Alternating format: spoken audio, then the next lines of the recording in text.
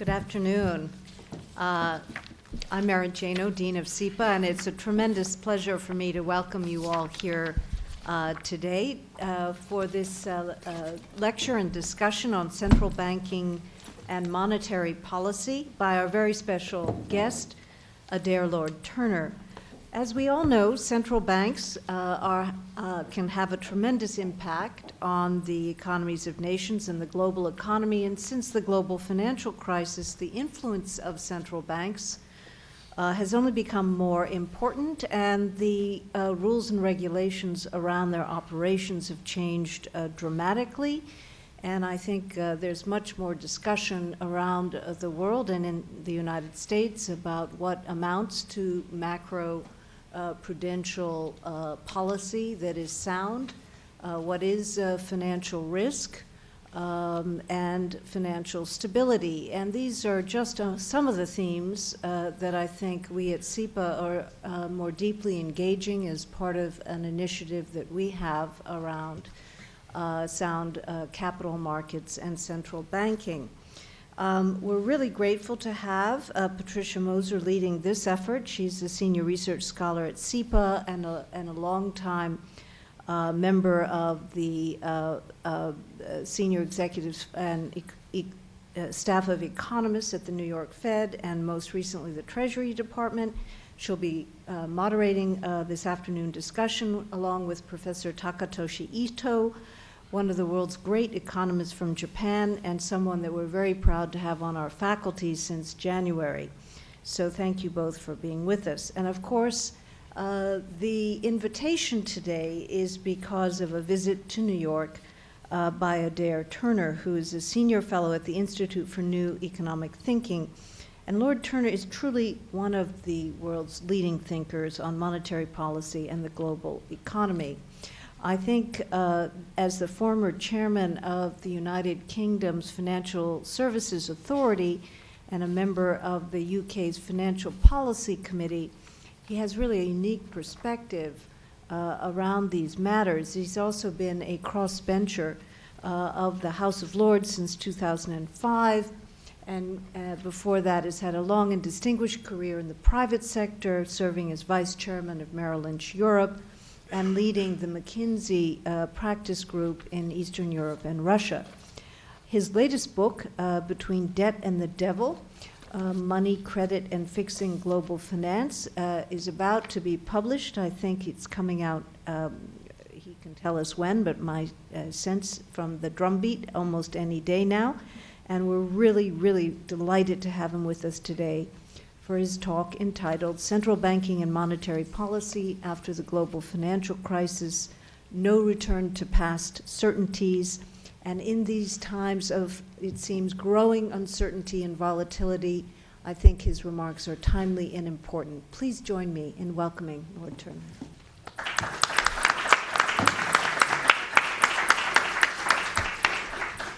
Thank you very much, and good morning, everyone. As the Dean says, I'm going to talk about central banking and monetary policy after the crisis, no returns to past certainties. And my argument is going to be that there probably are some people in central banks and in monetary policy who think that there's been an unfortunate interruption over the last 7 years in which things have gone a bit wrong, but that after a while we'll get back to where we were before.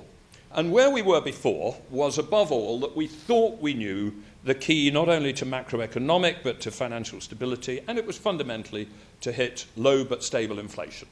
We had fallen in love with the idea that as long as we had one target achieved by one instrument, low and stable inflation achieved by the interest rate, most things in the economy would be fine. And in particular, I think it was a very clear belief of central bank policy that central banks had no particular remit to pay attention to the overall scale of leverage within the economy, and certainly no remit to pay attention to where credit was allocated within the economy, whether people were lending money to SMEs or to mortgages, etc. The belief was that the policy ought to be pursued by an instrument which was neutral in its allocative effects, the interest rate, and solely focused on achieving macro stability in a sense of price stability. But I'd just like to start by pointing out that central banks are actually doing something which 10 years ago they certainly didn't expect to do. They are intervening in very particular credit markets. We saw the Federal Reserve buying mortgage-backed securities to try and influence the interest rate specifically of mortgages in the US. You have the Bank of England in the UK, when it launched its funding for lending scheme, saying, I am going to design the incentives for the bank's ability to use these schemes so that they can only use it for lending to SMEs and not for housing mortgage credit. The ECB did exactly the same when it launched in September last year its long-term repo operation. It says you, the banks, can use this money to lend money to business, but you cannot do it to lend money to mortgage credit. And we see similar things, perhaps less surprisingly, by the Bank of China or the Bank of Korea.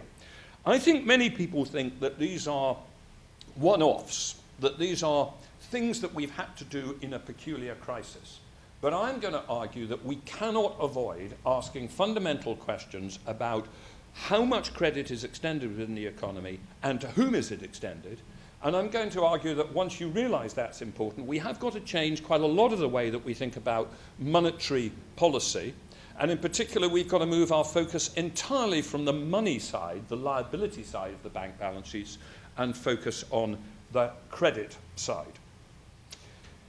I want to start by asserting, and I'll try and justify it, that the most fundamental reason why our recovery from 2008 has been so slow and difficult is summed up on this chart, which is actually taken from Carmen Reinhardt and Ken Rogoff paper they did last December, which shows the extraordinary growth in private sector credit as a percent of GDP over the 60 years before the crisis, going up from 50% of advanced economy GDP in 1950 to 170% by 2008.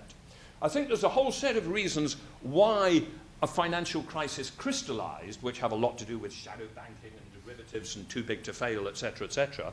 But if you ask not why did the crisis happen, but why has recovery been so difficult and slow, I think it's fundamentally the level of leverage in the real economy private sector. I'll come back to why I'm saying that, but I want to begin simply by saying what is interesting, however, is that before the crisis, very little attention was paid to this, or at least people didn't worry much about it, either, as it were, at the finance theory end of the academic corridor or at the macroeconomic end of the academic corridor.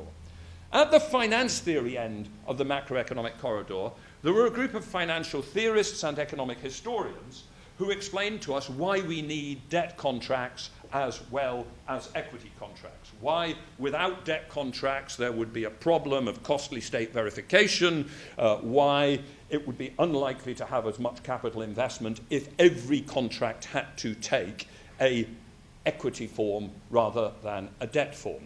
And so the finance theorists, insofar as they worried at all about the level of leverage, tend to worry about the places where it was too low. There was a general tendency to believe that financial deepening, not only in general, but in the specific form of an increase in private sector credit as a percent of GDP, was a good thing, and that it was a good thing limitlessly, that more leverage was always a good thing. Certainly, if you read, for instance, Ross Levine's a survey in 2005 of the literature, there is a lot of stuff about positive relationships between private credit to GDP and growth or economic efficiency, and there is almost nothing about the possibility that we might be facing an inverse U function where this thing turns negative beyond a certain level.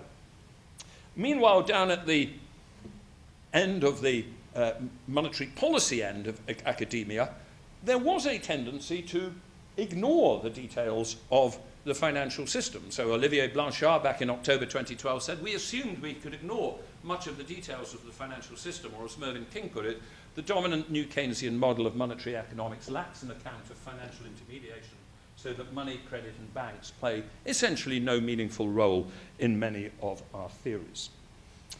Underlying those assumptions was, I believe, an assumption about what banks do and what credit does, which is wrong.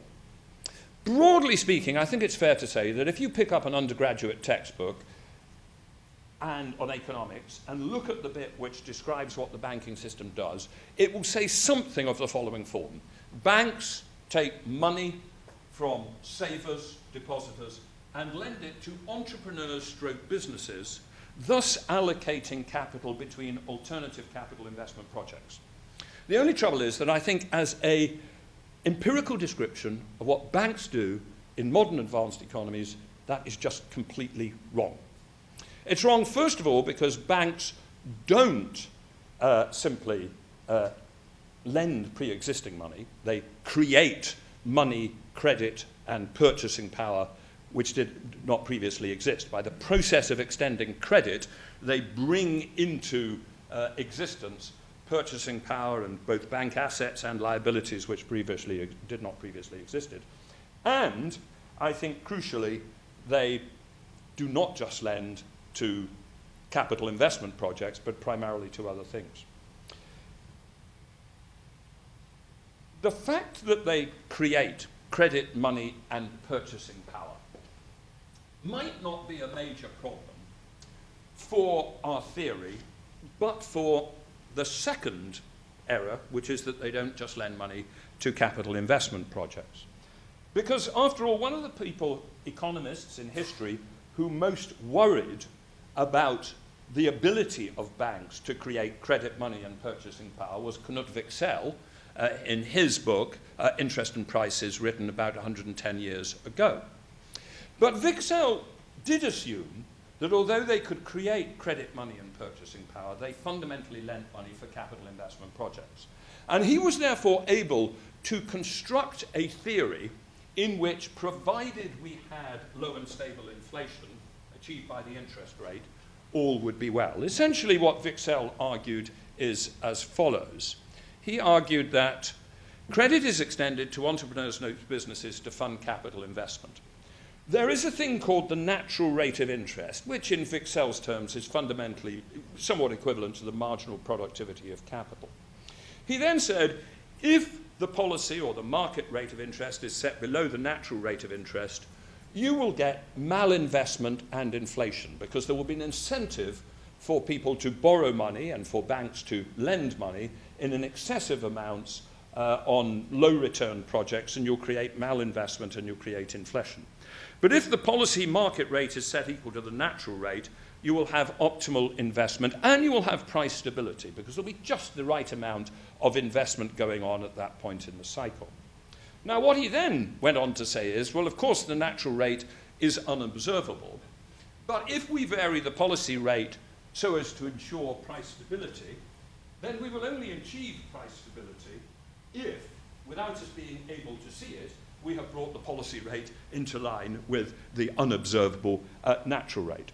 From which it follows that if you simply have an inflation targeting objective achieved by the interest rate, then essentially all will be well in a world of a capital investment appropriately pursued to this natural rate of interest in line with the policy rate.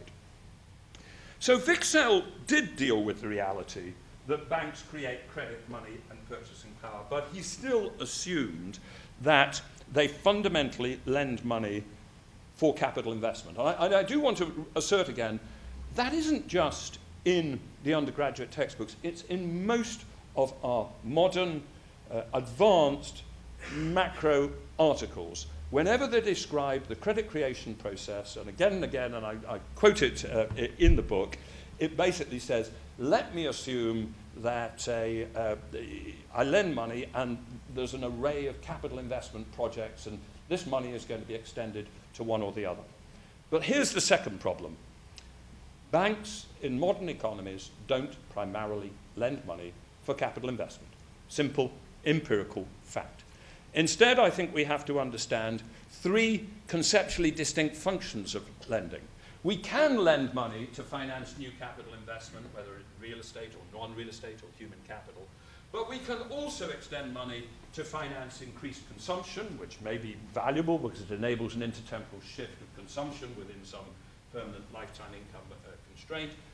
But actually what banks primarily do is they lend money to finance the purchase of existing assets and, in particular, existing real estate.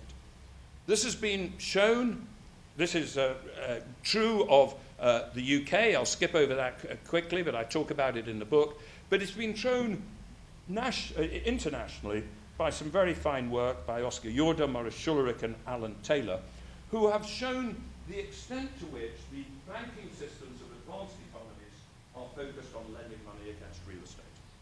And the way that they sum up the results that they find, and they got it back to 1870 and they've got it for 17 advanced economies, is they conclude the following. They say, with very few exceptions, the bank's primary business consisted of non-mortgage lending to companies in 1930 and in 1970. But by 2007, banks in most countries had turned primarily into real estate lenders. The intermediation of household savings for productive investment in the business sector, which, as they say, is the standard textbook definition of the role of the banking sector, constitutes only a very minor share of the business of banking today. So we have a set of economic textbooks which are describing a reality quite different from what is empirically going on in the banking systems of advanced economies. Why does this matter? It matters because if we have credit primarily extended to buy real estate, which is defined by locational specificity, and where some of the most important features of that real estate is not the bricks and mortar that goes into it, but where it is located, sitting on inelastic supply, locationally desirable land, then when you extend credit, all that will tend to happen, or most of what tends to happen, is an increase in asset prices, and you will then generate in the minds of both borrowers, which is the inner circle, and lenders, which is the outer circle, a set of changes in expectations and changes in their capital, their net wealth, which will tend to become reinforcing on the upswing and then reinforcing on the downswing when confidence changes. And that is why, as Claudio Borio of the Bank for International Settlements puts it, the relationship between credit cycles and real estate cycles, lending money against real estate, Claudio puts it, this isn't just part of the story of financial instability and increasingly of macroeconomic instability in modern economies. It is increasingly 90% of the story. This is what produces economic cycles in modern economies. It's certainly what produces major items of financial instability, like the Japanese banking crisis of the early 1990s, the Scandinavian banking crisis, but it is also by far the biggest driver of macroeconomic perturbations, cycles. Now, what is going on here, therefore, is that we have to understand that when credit is extended against real estate, and in particular against the land on which real estate sits, and again, there's an interesting piece of work by Maurice Schullerich that points out that if you want to understand the increase of the value of real estate in modern economies over the last 50 years, 80% of that increase in value has nothing whatsoever to do with new capital investment. It's not, the new bricks and mortar, the new kitchens, the new central heatings. It's an increase in the value of locationally desirable land.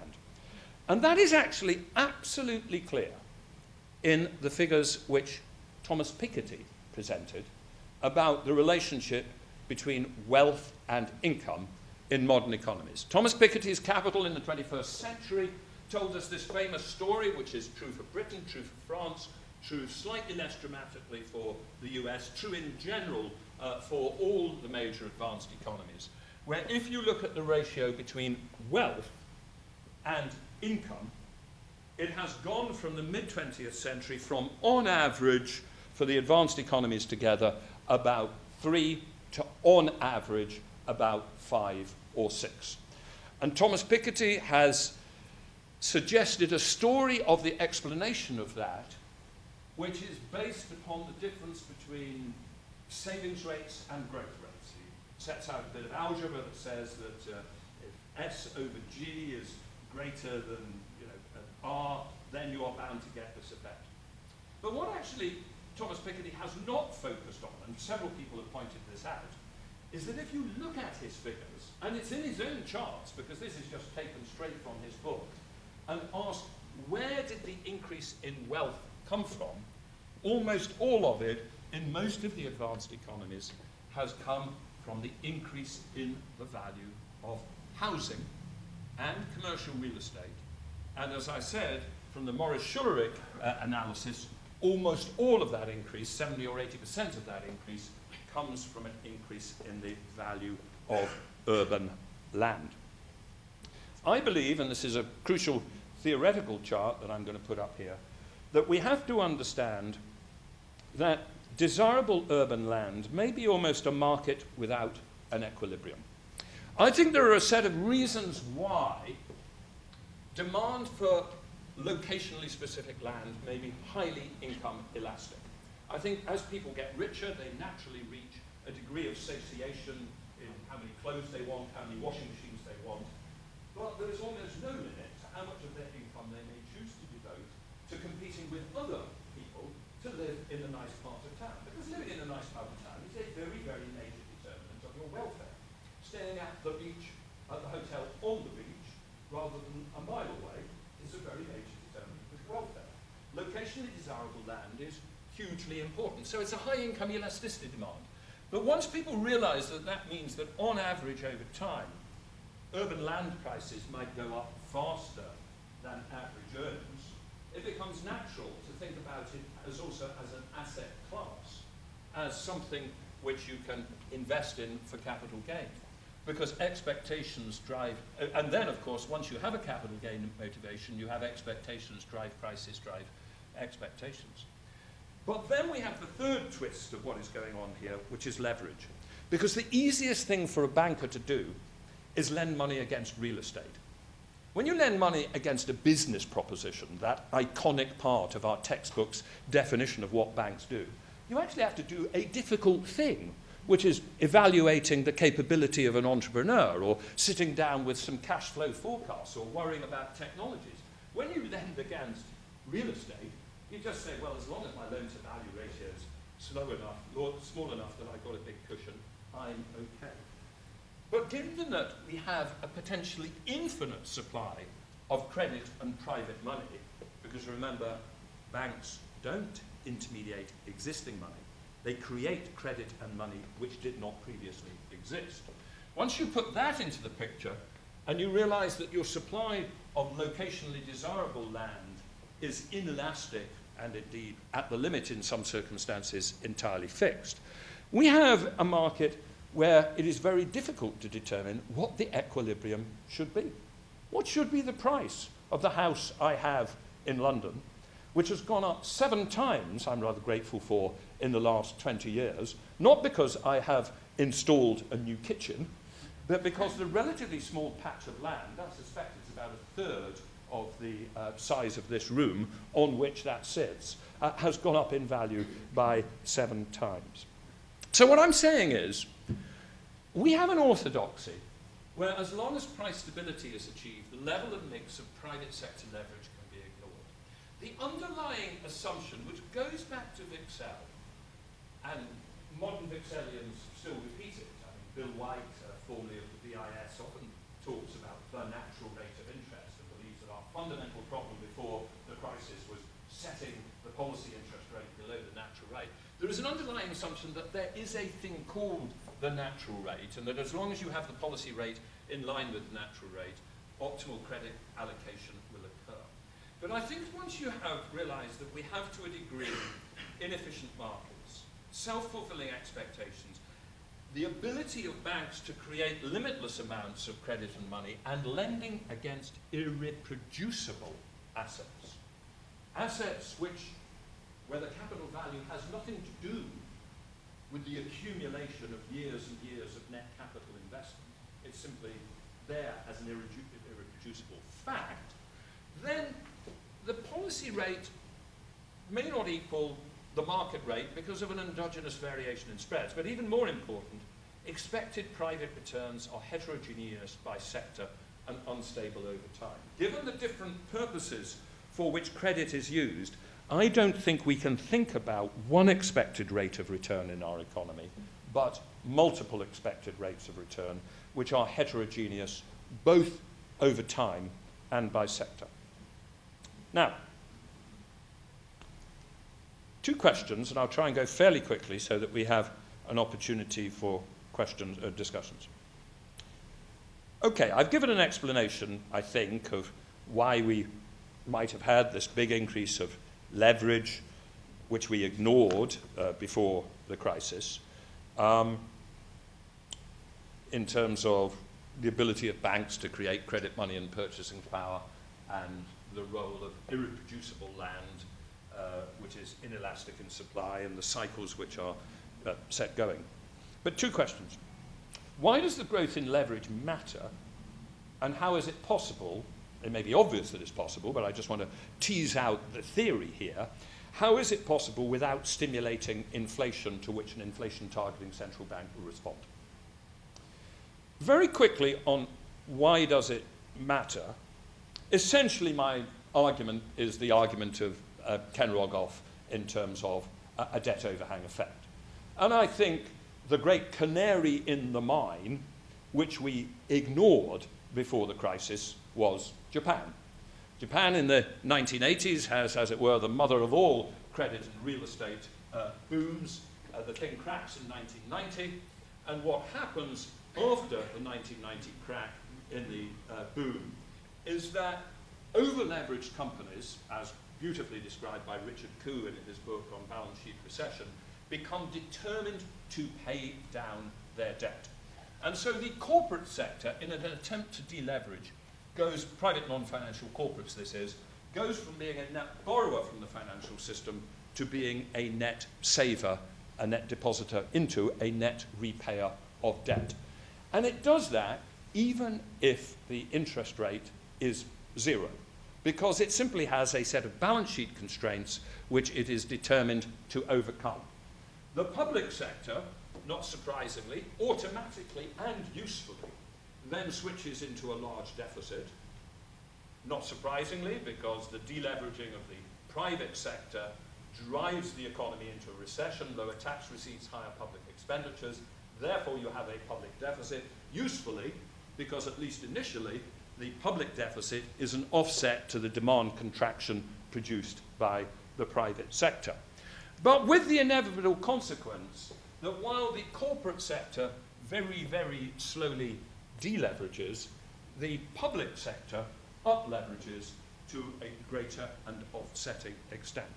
And essentially what I think we have when we first get too much leverage in our economies, whether it is created on the private or the public side, we end up in a situation where we really don't know how to get rid of leverage rather than simply shift it around the economy.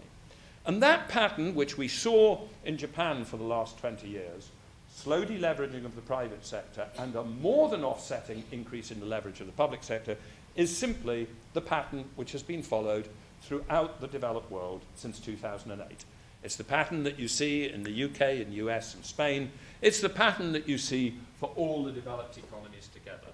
Some limited deleveraging of the household and the private non-financial corporate sector, offset by a much bigger increase in the leverage of the public sector. And the problem in that environment is that we seem to enter a space in which all our classic levers of policy are stuck. On the one hand, we want to use fiscal deficits to stimulate the economy. On the other hand, the rising public sector debt burden seems to require fiscal austerity. So after a while, we start fiscal deconsolidation, and then we've got the public sector trying to deleverage at the same time as the private sector, and that drives demand in the economy. So we developed the hypothesis that we can offset this by having tight fiscal policy, but ultra-loose monetary policy. Interest rates at the zero lower bound, quantitative easing. But the difficulty with quantitative easing is that we're not quite sure how it works or how well it works. We say it works through a number of transmission mechanisms. For one country, it might work by lowering the exchange rate, but it can't solve a global debt overhang problem because an exchange rate movement simply takes demand from one country to another. We say that it works through increases in asset prices that then either induce wealth effects on consumption or sort of Tobin's Q type effects on investment, but actually the transmission mechanism doesn't appear to be all that strong. And we worry, I think quite reasonably, that if we maintain interest rates at the zero lower bound forever, the financial system will find all sorts of complex financial engineering ways of using low interest rates, and will probably do that to a greater extent than the real economy actually goes out and consumes and invests, producing what I call the IMF speak with forked tongue phenomenon, where if you look at the IMF statements last year, you get down at Olivier Blanchard's end of the corridor a very clear statement that raising actual and potential growth must remain a priority, and in advanced economies this will require continued support from monetary policy. Whereas if you go down to the other end of the IMF corridor, to where Jose Vinales is writing the Global Financial Stability Report, he's worried that this extended period of monetary accommodation and the accompanying search for yield is going to lead to all sorts of financial instability problems. We seem to end up in a situation where we can't use fiscal policy, we're not sure whether monetary policy is effective. I think indeed the fundamental problem with creating too much debt in the first place is that we end up with a debt overhang where we have this unavoidable choice. Either we are going to have to do debt write-offs, defaults, and restructuring, or we are going to have to accept that we erode these debt burdens via higher rates of inflation, and one thinks of the Blanchard and Della Riccia argument a few years ago, and Ken Rogoff's argument that we should accept for a time a higher rate of inflation, or what I have argued for, direct, overt monetization of some government bonds. Or we keep interest rates for so low that eventually the private sector starts borrowing money again, but the danger is that just takes us back to the whole problem of excessive private debt which got us into the mess in the first place, or we get stuck in sustained slow growth and low inflation or deflation. I think the creation of excessive credit and leverage was a fundamental problem, and I think it is inherent unless we treat the control of credit and leverage as an aim in itself. But let me try now very quickly to answer my second question, because it helps us theoretically understand what is going on here, and therefore the policy implications that follow. And my second question was, okay, there was all this credit created, there was all this leverage. Why doesn't it produce inflation? Why, in a sense, was Wicksell, although I think Interest and Prices is a brilliant book, why was he wrong? Well, the argument, the essence is, it doesn't, because when you think about the nature of the forms of different credit, you realize that not all forms of credit will produce an increase in inflation. If it was the case that all of credit did indeed fund new capital investment, then I think it would probably be the case, not perfectly year by year, but on average over time, that if we had in a sense an excessive build-up of leverage, at some stage that would slow up in a higher rate of inflation to which an inflation targeting central bank would feel the need to respond. But once you realize that there are two other categories of credit, that is not necessarily the case. Now, it might seem that if we are financing consumption, household consumption, that will also tend to stimulate nominal GDP, and if the output gap is small, then inflation. But it's possible, and I think highly likely, that there is another factor going on. I think that with rising inequality, where you have people towards the top end of the income distribution who are accumulating lots of income and who have a high marginal propensity to save. We have a system, and it's what Raghu Rajan defined in fault lines, which only reaches a reasonable equilibrium in terms of demand if the savings of the rich essentially flow through the banking system to the borrowing of the middle income and the poor, with that rise in leverage being required simply to keep aggregate nominal demand at a reasonable level rather than an excessive level. But by far the biggest thing is the finance of existing asset purchase. When a bank lends money to somebody in central London to buy a house which already exists, the first order effect of that has no necessary impact on aggregate monetary demand. It can simply mean that there is more credit, more money balances, and a still higher value of the real estate and the land on which it sits. Now, economic theory tells us that once there's a higher value of land, once people have larger money balances, you'll probably get some indirect stimulus to increase spending, which may then produce demand effects. But I believe there is absolutely no reason whatsoever to believe that those indirect effects are powerful enough to mean that the increase in nominal GDP resulting from this category of lending is anything like fully proportional. And let me give you the figures for the UK. From 2000 to 2007, mortgage credit on the asset side of the balance sheets in the UK increased by 97%.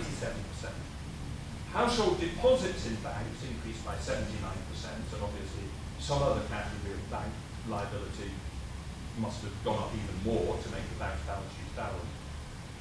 Housing wealth increased by 105%, but nominal GDP grew by 44%, which was an annual growth rate of 5.3%, which was obviously broadly compatible with an inflation target of around 2%. So the Bank of England was sitting there patting itself on the back, saying nominal GDP growth roughly in line with our inflation target, given the real potential output growth of the economy. But what you've got is an increase in credit, in money or other categories of bank liabilities, and in asset values. And I think we therefore have to realize that we have to think about different categories of credit as having a different effect. And we can see this from what went on in Japan in the 1980s and subsequently. The figures have been set out by an economist called Richard Werner in what I think is an unappreciated book that he wrote on Japanese economic policy and empirics. He points out that if you correlate bank lending to the real estate sector and real estate prices, you will get a very significant correlation. And if you correlate those categories of credit which look as if they relate to things which are a direct part of GDP transactions, whether investment or consumption, they correlate pretty well with nominal GDP. But you have to look at it together. And therefore what I argue is that we need, as it were, a quantity theory of disaggregated credit. We should not have any hypothesis that the change in money balances will be equal to the change in nominal GDP with the velocity of circulation stable. But we will probably see some degree of correlation between the change in the amount of credit extended against real estate and the price of real estate, not a perfect relationship, but a tendency, and the amount of credit extended to finance GDP transactions and the prices of current goods and services. But if you look at that together, it obviously implies that if you have any of this category of lending, then your assets of your balance sheet and your liabilities of your bank balance sheet will tend to grow faster than nominal GDP. Which is why the decline in the velocity of circulation, which when it occurred in the 1980s and 90s was described as some sort of enigma which we had to struggle with, isn't an enigma at all. It simply is the flip side of an increase in leverage, and it is inevitable given that much credit is extended for reasons which have nothing to do with GDP transactions. So, to end up, and I think I'll end with this chart, and we can then explore what might follow for policy, but let's do that in questions. I essentially believe that monetary aggregates, aggregate size of bank balance sheets, matters an awful lot, and that we were quite wrong in the pre-crisis period to believe that we could ignore monetary aggregates. But I also believe that the people who said that and thought that money mattered because it was a forward indicator of inflation were completely wrong. So when I give this lecture in Germany, I say, you, the Bundesbank, were absolutely right to insist that there should be a pillar of monetary policy other than the current rate of inflation. But your fixation that the increase in the money supply was going to eventually produce an increase in inflation was simply wrong. It is not that excessive money is a forward indicator of inflation. It is that excessive credit and excessive leverage growth is an indicator of crisis debt overhang, post-crisis depression, and deflation, as has turned out to be the case. It is also true, I would say, that I think we have to switch around our focus from money to credit in order to be able then to divide credit between its different categories with a different effect, but also because I'm going to say, I don't know what money means. And in particular, I'm completely unconvinced that this economic concept of the demand for money, which we have pursued in economics for the best part of 50 years, actually gets us anywhere in particular. Most of the descriptions of the demand for money, when you read them in economic undergraduate textbooks, are at least implicitly assuming that all money is used for transaction purposes and that all money is non-interest bearing. But the crucial thing about most of the things we call money is that the vast majority of it has nothing to do, or nothing necessarily to do, with transactions balances. That most of it is interest bearing and sometimes, often, bears a higher interest rate than bonds, and that there is no particular importance to the division between those bits of the bank liability side that we call money and those that we don't call money. Fundamentally, we ought to think about credit as being the driver of purchasing power, which can either go into nominal GDP or purely into asset prices. And we ought to think about bank liabilities as being the byproduct of a credit-driven approach. And my argument is that we will not be able to fully understand what occurred, not be able to have a really robust theory of monetary economics, and not therefore be able to devise good policy until we switch our focus round in the way that I'll describe. Let me finish there, and I can answer questions on what it means for policy in the question and answer session. Thank you. Well, thank you very much, Adair, for very thought-provoking remarks. And I would say I think this was intended a challenge to economists and to policymakers to consider a new orthodoxy for, I'd say, more than just monetary economics, monetary policy, financial policy too, because reading between the lines, I think there's probably some implications there for regulatory policy as well as monetary policy. I'll turn it over to Taka and have him give him the rights of first questions, and maybe I'll have a few, and then we'll open it up to everybody else. Okay, so you think I'm a canary, so I speak. No. So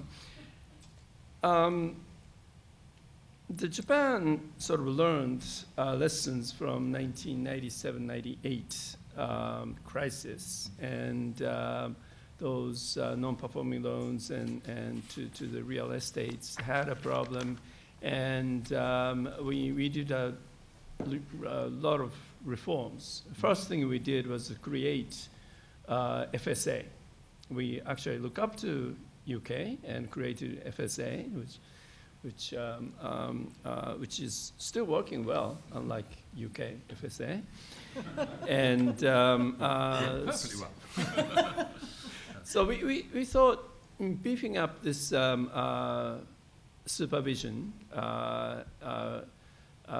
soup and brag on the financial policy and watching over those credits and sort of the macro-pru things, which we didn't call it macro-pru, but we introduced all those things. And central bank going back to sort of the focusing on the interest rate would be fine.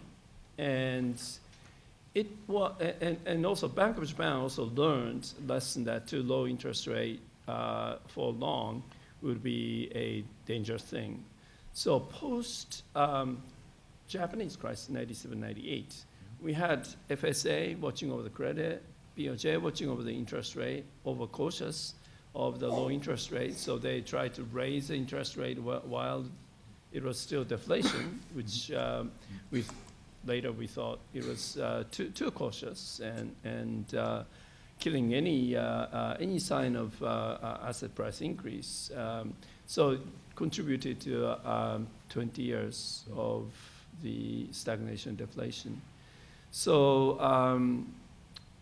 now we have a new regime in Bank of Japan, which believes that inflation targeting is a role of the BOJ, and credit policy and macro-pru is the FSA's role. And having FSA, strong FSA, seamless FSA would be fine. So what would you answer to this proposition?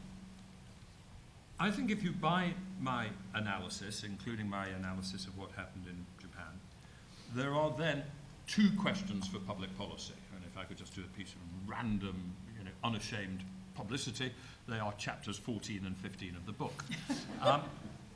The first question is, okay, if I am right that left to itself, a free market financial system operating in an environment where land is an irreproducible, scarce good will tend to create too much credit that gives us problems, and that will never show up in an excessive rate of inflation to which an inflation targeting central bank has to respond. Question one is, what do we do to stop it occurring in the first place? Question two is, once you've first let it occur, what the hell do you do when you're stuck in a debt overhang position? On the first of those, how do we stop an excessive build-up of debt?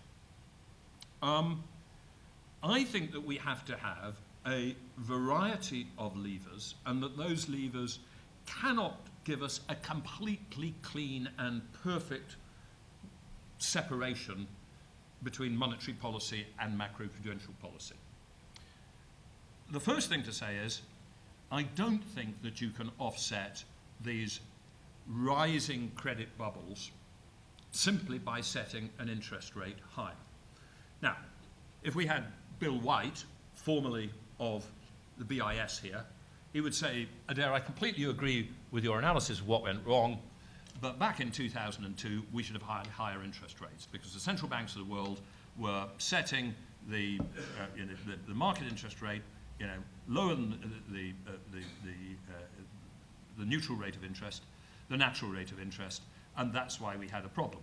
And if you look at what comes out of the BIS now from Jaime Caruana and Claudio Borio, they fundamentally argue, yes, there are these enormously strong credit and asset price cycles, but you've got to lean against them with interest rates. My problem with this is, I think it fails to realize what I call the heterogeneity of expectations of return, which is so strong that essentially we don't have one natural rate of interest. Let me be absolutely clear what I mean by that. I think if we are operating in environments where credit and real estate prices have got themselves going in a cycle where real estate is going up by 10 or 15% per annum, and people are expecting it to go up at 10 or 15% per annum out into the future, then raising the policy interest rate from 5 to 5.5 to 6 is going to make very, very little difference to the behavior of the lenders and the borrowers in the real estate market. may do serious problems to the supply of credit to non-real estate SMEs, right, and therefore may slow the growth of productivity of the real economy. And I think we've seen a test of this over the last 4 years in Sweden.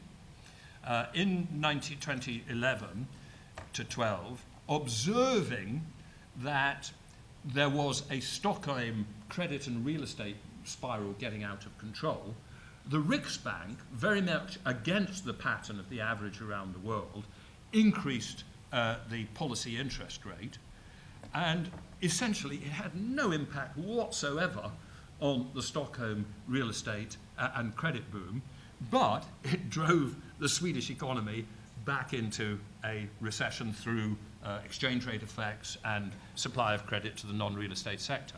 So I think we have to, alongside the interest rate tool, and I don't exclude the possibility that part of our tools might be for central banks sometimes to set interest rates higher than a pure inflation targeting regime might suggest. And there I take the argument for doing that has been put both by Jeremy Stein and Claudio Borio, where they point out that when you use a price lever like the interest rate, market arbitrage is helping you because it's getting the interest rate into all the cracks of the economy.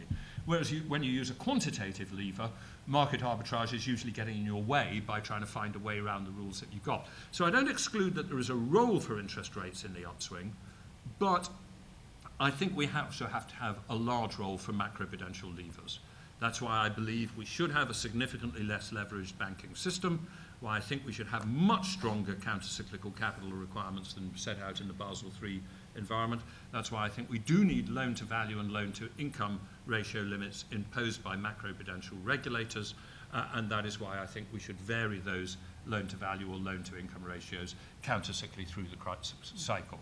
And I think in doing all that, you can't completely say part of these tools exist to the financial regulator and part to the monetary authority central bank. I think there needs to be a rich discussion of the whole developing set of scenario, what is going on, and a degree of integration. Now, on the second problem, which is where Japan was, because in a sense what Japan was trying to do in 1997 and 8 was think about two problems simultaneously. One, what do I have to do for a coherent structure to stop it all going wrong in future?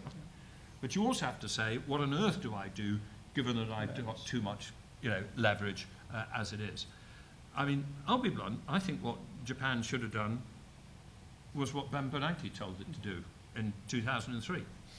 I think Japan has so much public debt now that I think the likelihood that Japan is going to repay that debt in the normal sense of the word repay, which is to go from a primary budget deficit to a primary budget surplus and then pay down the debt. I don't often take bets, but I will bet you quite a large amount of money that is never, ever going to occur.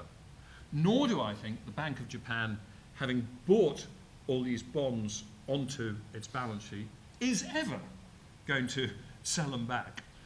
And I think we should just accept reality. You can end up in such a deep debt overhang that the only way out of it is overt and permanent monetization.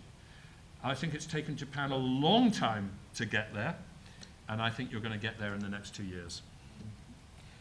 So that actually leads to I actually have, to both halves of Taka's question, I actually have a couple of quantitative questions. I guess they're quantitative. Clearly, lower leverage in the financial system is part of your prescription for fixing the ex-ante set of issues. So how much capital? How much capital do we need? Because if you look at what the experts have to say at this stage, the divergence and what the sort of, even the right order of magnitude is pretty large. Good. I think there are two questions on leverage, one of which is even more difficult than the other. Let me start with the most difficult. Do we have a theory of optimal leverage in the real economy? Optimal levels of household leverage and corporate leverage. Most of our finance theory before the crisis was all about why you need debt and why you might not in some countries have enough debt. So again, if you read Ross Levine's meta-review of the literature, it's all about, well, if only India with private credit to GDP of 10% had private credit to GDP of 50%, my econometrics tells me that they'd have grown at a faster rate. It was all about the bit of the slope which was upward sloping. I think what we're now seeing is an emerging body of econometric analysis, empirical analysis, which is supporting what would be my theoretical, intuitive assumption that this function of private debt to GDP is not linear and limitless in terms of a positive impact on growth and efficiency, but is some sort of inverse U.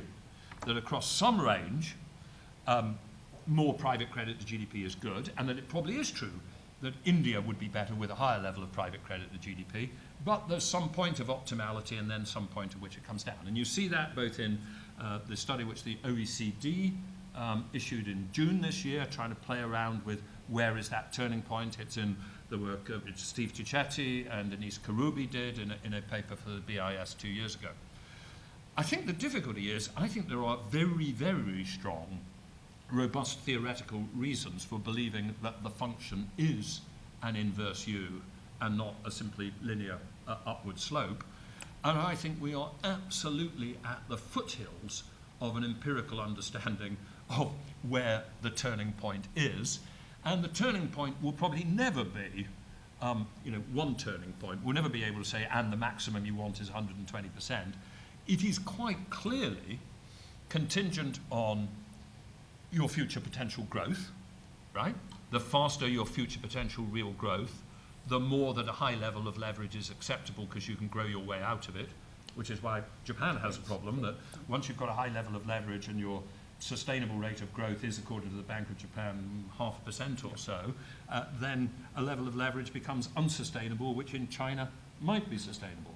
I think the other thing is that we need a sort of conjoint theory of excessive leverage which combines the public sector with the private sector. Because clearly, the lower the level of your public debt, the more that you can be relaxed about private debt, because if the private sector goes into a deleveraging cycle, you've got more capacity to offset it by public deficits before you hit a problem on the public deficit side, and vice versa. So you can't answer these questions separately. We have to be very wary of fixing a particular point. I think that's, the controversies about the Reinhardt and Rogoff on the public side was 80% or 90% too much, showed us the dangers of any particular turning point. But I think, Carmen and Ken were quite right that there is a turning point, even if you don't know where it is. So that's very important. I think we've got over-leveraged real economies, but I don't know where it is. The second question, which is the question, the first question you asked me is, how about the financial system itself? Well, let me have a shot at that. In the book, I say, I think if we were to start again, if I were the benevolent dictator of a greenfield economy, I would establish bank capital ratios at more like 5 than the sort of 25 which we've tended to allow. And I do that partly for the arguments which Anat Admati and Martin Hellwig have set out in their Bankers' New Clothes speech, but even more because in that book, Admati and Hellwig tend to say, and we can have these much less leveraged banks and still have as much lending as we would otherwise have to the real economy. I actually think less leveraged banks probably mean less leverage to the real economy, but I think that's a good thing, given that I think we've got an over-leveraged real economy. Now, I don't have a science of how I came up with 5, but broadly speaking, and this does go back to the regulation stuff, having spent 4.5 years of my life struggling with Basel III and bank regulation and too big to fail, in an ideal world, I think with the banking system, we should have a smaller number of much stronger levers. I'd much rather have leverage of 5 times, your maximum assets to capital is 5 times, and frankly, have half as many bank supervisors than this highly leveraged system, which we then try to supervise. I sometimes think about the banking system before the crisis as being like a truck which has useless brakes, driving along a freeway which has no crash barriers. And to make up for this, we crowded supervisors into, behind the driver's seat to look over the back and see how well he was, well steering the thing. We should not have supervisors steering banks. What we want is enough capital in them that we are convinced that in almost all states of the world, the only people who will suffer from bad decisions is equity owners rather than depositors or the banking system. And I think, a reasonable shot at that, which has been analysed by people like Andy Haldane and by Adnat Admarki and Martin Hellwig, suggests that something like a 20% capital ratio gets you to where you want to be. But you assume there's no problem in orderly resolution and connectedness and complexity. Well, what I basically assume is that if we have enough equity, that is by far the biggest and most important thing to do for orderly resolution. I mean, fundamentally, if I was to devise a thing, I'd say something like a simple rule. I'd say to a bank, you must normally run with an equity ratio of 25%. If your ratio, we'll do very little supervision of you at 25%. If your ratio falls below 20%, we'll send the supervisors in to crawl over you. And if it falls below 15%, we have the right to nationalize you without compensation so that the equity guys are completely written off, which, with 15% equity still there, would enable the public authority to put in 10% extra capital over the weekend and almost certainly find a private buyer on the Monday morning such that they'd make a profit on the exercise. So I think we ended up on too big to fail. And, I was part of it, because we couldn't get high enough equity ratios as a straightforward answer. We ended up with all sorts of complicated things like higher loss-absorbing capacity, bail-inable debt, etc. Bail-inable debt is debt that turns into equity when you need it. If you think you might need it, why not just set a higher ratio of equity in the first place? What's interesting is many of us who lived through the period of devising Basel III, I think of people like Philip Hildebrand and Paul Tucker and Dan Tarullo, Sheila Bair. Most of us, having gone through it, have said, if we could do it all over again, we'd just have a lower leverage ratio and avoid a lot of the other more complex things like bank resolution plans and bail-inable debt. They're all imperfect substitutes for an insufficient level of straightforward equity. Thank you. Let's open it up then. We have a few minutes for a few additional questions. I'm André Lara Rezende. I'm a Brazilian economist and now a fellow here at SIPA. Extremely interesting, your presentation. And I have two questions. I would have many, but I have tried to stick to two. The first one is, don't you think that the fact in Wicksell, it's not clear that Wicksell was not talking about asset prices, inflation, and only consumer investment, current inflation. This would make a big change in the whole theory. And when you look, especially when you're trying to define the natural rate of equilibrium, you would be talking about asset inflation, not only to current prices inflation. And this would make a change. I agree with you that once expectations get crazy on bubbles, interest rates might be not enough. But if you use the right natural rate of interest, and if you raise interest when they should be raised, you wouldn't get expectations loose and crazy. So it would work. And a second question, which is more long-term and philosophical, don't you think that you're reading from what you say, which I tend to agree 99%, that what we're doing is probably asking too much from demand management? And the fact is that because we have this compulsion to growth, even when potential growth is no longer there. So the question is, that's a real philosophical problem.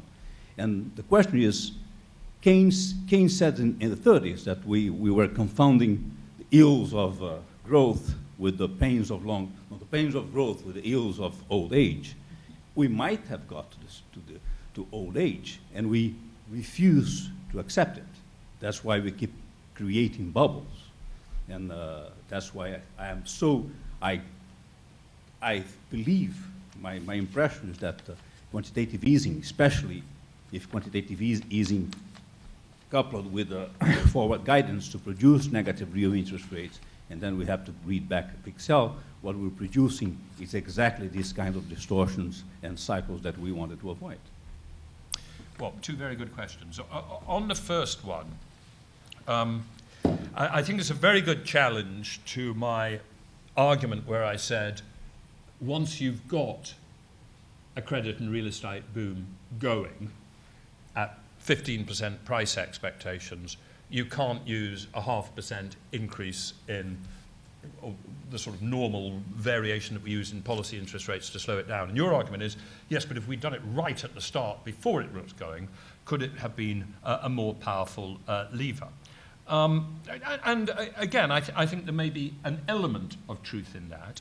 I think the difficulty is, it goes back to my thesis of why have land prices gone up so much, that I think there may be, certainly in some countries, an underlying tendency for them to grow faster than average earnings, because the demand for locationally specific housing services is a high income elasticity activity. In which case, if your base background, even before you introduce an asset class motivation and a leverage possibility, is that as against a nominal GDP of 5% per annum, you might, in equilibrium, expect locationally desirable land to be going up at 8 or 9% per annum. I think you're continually struggling with the danger that the thing is in a fragile equilibrium once you add expectations and leverage, which can very rapidly move you into a situation where your interest rate is no longer a powerful lever. But I entirely accept it's a very good argument. As what Wicksell was saying, as I read Wicksell, he's not focused much on existing real estate, on existing asset prices. And indeed, most of the discussion in Wicksell, and also in Hayek, and in my book, I explore quite a lot of what Hayek says, although they are very, very insightful about the nature of credit and investment cycles, it does tend to be credit and investment. What Hayek is fixated by is credit funds too much investments. He doesn't, in monetary theory, the trade cycle and other things, he doesn't focus much on, well, what if people are just lending money to buy a thing that already exists? And of course that reflects the fact that as per, the Taylor-Schullerich and Yoder stuff, to a greater extent, the banking systems did that. Having said that, even if I've slightly misread Wicksell, and I did read it very carefully, and there's a bit more asset prices in Wicksell than I've suggested, it doesn't change the fundamental answer of what comes out of this analysis. On your second question, are we overstating the importance of demand? And I guess it comes down to, are we simply facing a slower rate of potential growth through to either demography or technological possibility? And have we been attempting to sort of keep pumping up the demand lever despite the fact that we have a slower potential rate of growth? I'm not entirely convinced by that. This somewhat overlaps with the big debate going on about secular stagnation, and if there is secular stagnation, is it a demand phenomenon or is it a supply phenomenon? As I look around the world today, and I simply say, right now, maybe I accept that sustainable growth rates are more like 1.5% or 2% rather than the 2.5 to 3 that we thought they're at. But if I add that to a reasonable target of 2% inflation for all the reasons why low but positive might be better than zero, and therefore want on average over time to hit 3.5% nominal aggregate demand growth, the fact is that there's a whole load of advanced economies which have not been achieving 3.5% nominal demand growth over the last several years. I think you have to accept that there's a significant demand side to our present malaise, as well as possibly some long-term supply things going on. So I'm not really convinced by the argument that our problem has been, continually seeking, demand growth in excess of supply potential.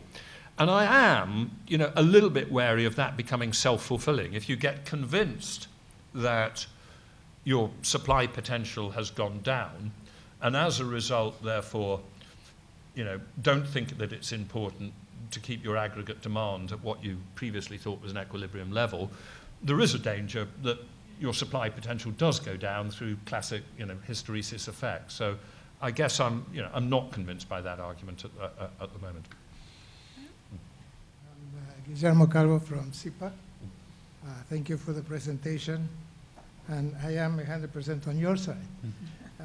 But I have the following questions. In the first place, probably you didn't have time to elaborate on this, but how do you see the role of financial innovation in all of this? Because some of the instruments like mortgage-backed securities, one possible interpretation is that these are liquid assets that came to the market and make it easier to, right? So that by itself can explain an increase in prices. Now, I can see your point that there could be too much credit, but probably we want to understand also crisis. I mean, I can imagine a situation where the economy will grow less, a la Ken Rogoff and Carmen theory, because there is too much debt. But another thing is to fall into the deep crisis that we fell. And I wonder, to what extent do you think that is due to the nature of the assets that were created, or liabilities? And to what extent is a matter of psychology, of people really not knowing the stuff? And finally, in the same spirit, I mean, I could imagine a situation where you create all of these, prices go up, you don't have a crisis, so you have multiple equilibria. And when you have multiple equilibria, if you have a lender of last resort, that's the way we handle it, try to handle it after the crisis in the 19th century. Thank you. Just getting one quote I wanted to use as well. Where's it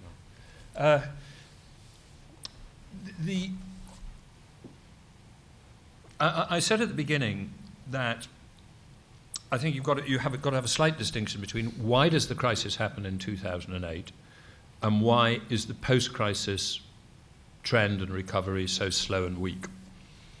In relation to why it is so slow and weak and the problems that we are still stuck in, I place a lot of focus on simply the aggregate level of leverage which we had already achieved in the real economy.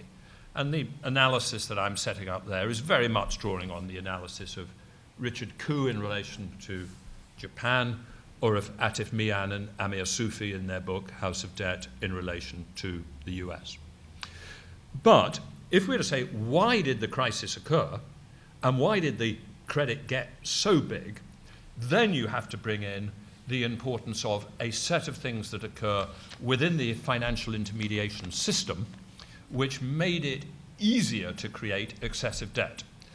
And I think the development of the complex system, which we call shadow banking, of originate and distribute, with the use of derivatives, etc., which we told ourselves a story had made the financial system safer, in retrospect, had greatly facilitated the creation of excessive debt. Because once we started taking the credit to a subprime mortgagee somewhere in the middle of America and linking that through a multi-step distribution chain in which it went to a hedge fund and went to a sieve and then got sold in that famous phrase to idiots in Dusseldorf. Once we'd done that, we had made it much, much easier to end up with lousy credit underwriting, which simply exploded yet further the growth of debt. Now, I think you can quite clearly have credit and asset price cycles without an originate and distribute shadow banking system. So the Japanese crisis of the 1980s and 90s owed almost nothing to complicated securitized credit. It was a crisis almost entirely of classic old on-balance sheet lending. Similarly, the Scandinavian crisis of the early 1990s. But I think what we managed to create through financial innovation was as I say in chapter 6, we took the classic potential of a banking system to create self-reinforcing credit and asset price cycles, and we put it on steroids. We just boomed it up, absolutely to the limit. And so there are a set of lessons about how we have to regulate shadow banking, how we have to not get misled by stories we tell ourselves that we're so clever with our value at risk systems that risk has disappeared from the finance. So there is part of the story which is internal to the structure of the financial intermediation system in itself. And if we had not had that wave of consolidation, we would probably never have arrived at the extraordinary high levels of leverage that we did in 2008. Your question about falling into a deep crisis, I'm just trying to think what I think about that. I think, yes, we clearly do have a multiple equilibrium system. The quote I was looking for is a quote from Hyman Minsky, who I think very well puts the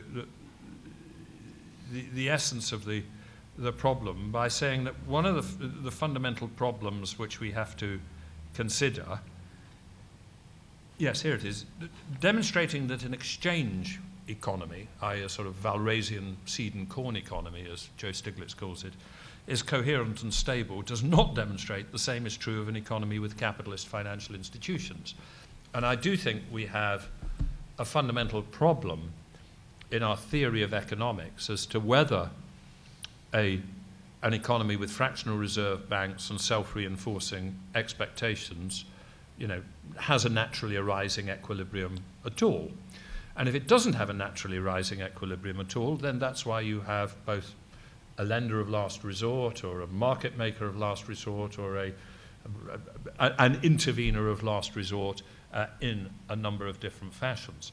I think the problem with the deep crisis, the post-2008 crisis, is that, well, first of all, I think it is legitimate to say that you then have to be very careful about how you use that lender of last resort, that capital provider of last resort, that stabilizer of past resort, because I think it is true that if you use it continually to even offset relatively small perturbations, you may make the eventual perturbation bigger than it needed to be.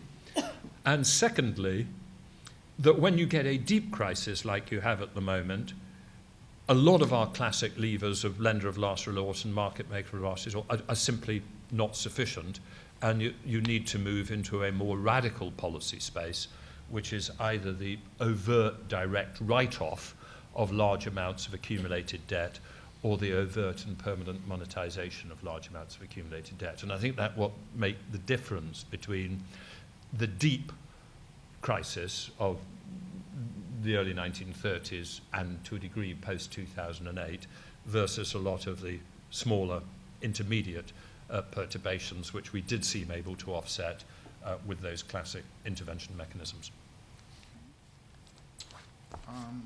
Well, I'm not an economist, so my name's Scott Solomon, but I was at J.P. Morgan, and then I reported the CEO of a hedge fund. So I'm going to just ask a really naive question. One way I would look at it, what my impulse would be to look at the things through the lens of job creation and job creation. And this is why your observation about buying existing assets resonated with me, because I was just thinking, if I'm the guy with $1 billion, and I put it into hedge funds, I'm not going to create any jobs, because a hedge fund can, 40 hedge funds can manage 10 billion with the same amount of people. They can manage 11 billion. So I was trying to think, what would you say is the biggest bang for the buck in terms of job creation? My guess would be maybe angel investing. Yeah.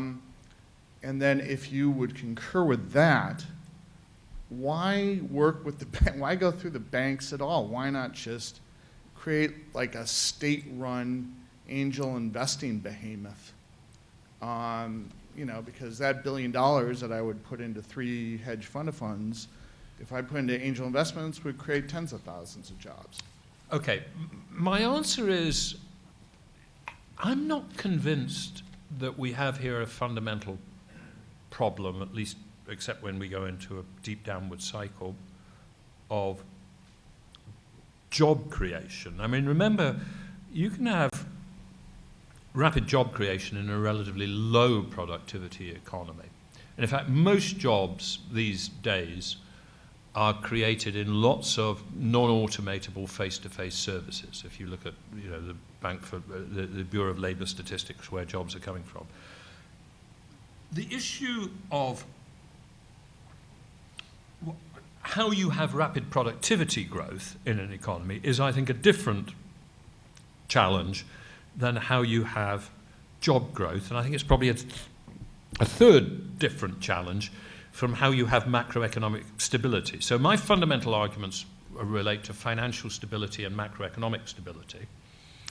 Insofar as how do you have productivity growth and how do you have job creation, the fact is you probably want a mixed combination of financing sources.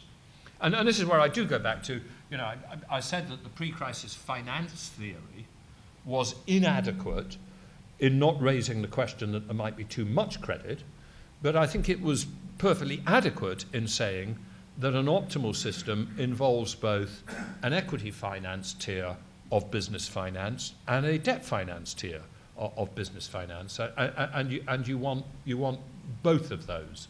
So I'm not giving you a complete answer, because what you've suggested is somewhat tangential to the themes that I'm talking about, but I don't think you can, businesses, sometimes they need angel investing in the sense of somebody's going to give equity, and sometimes they do need just classic old,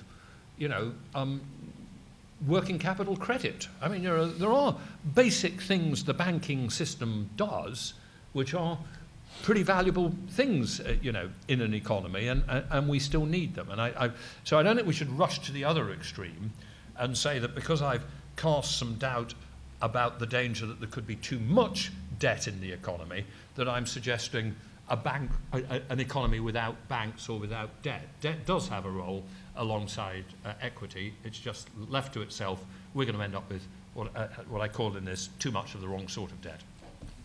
Thank you all very much. Great. Thank you. Thank you. Thank you.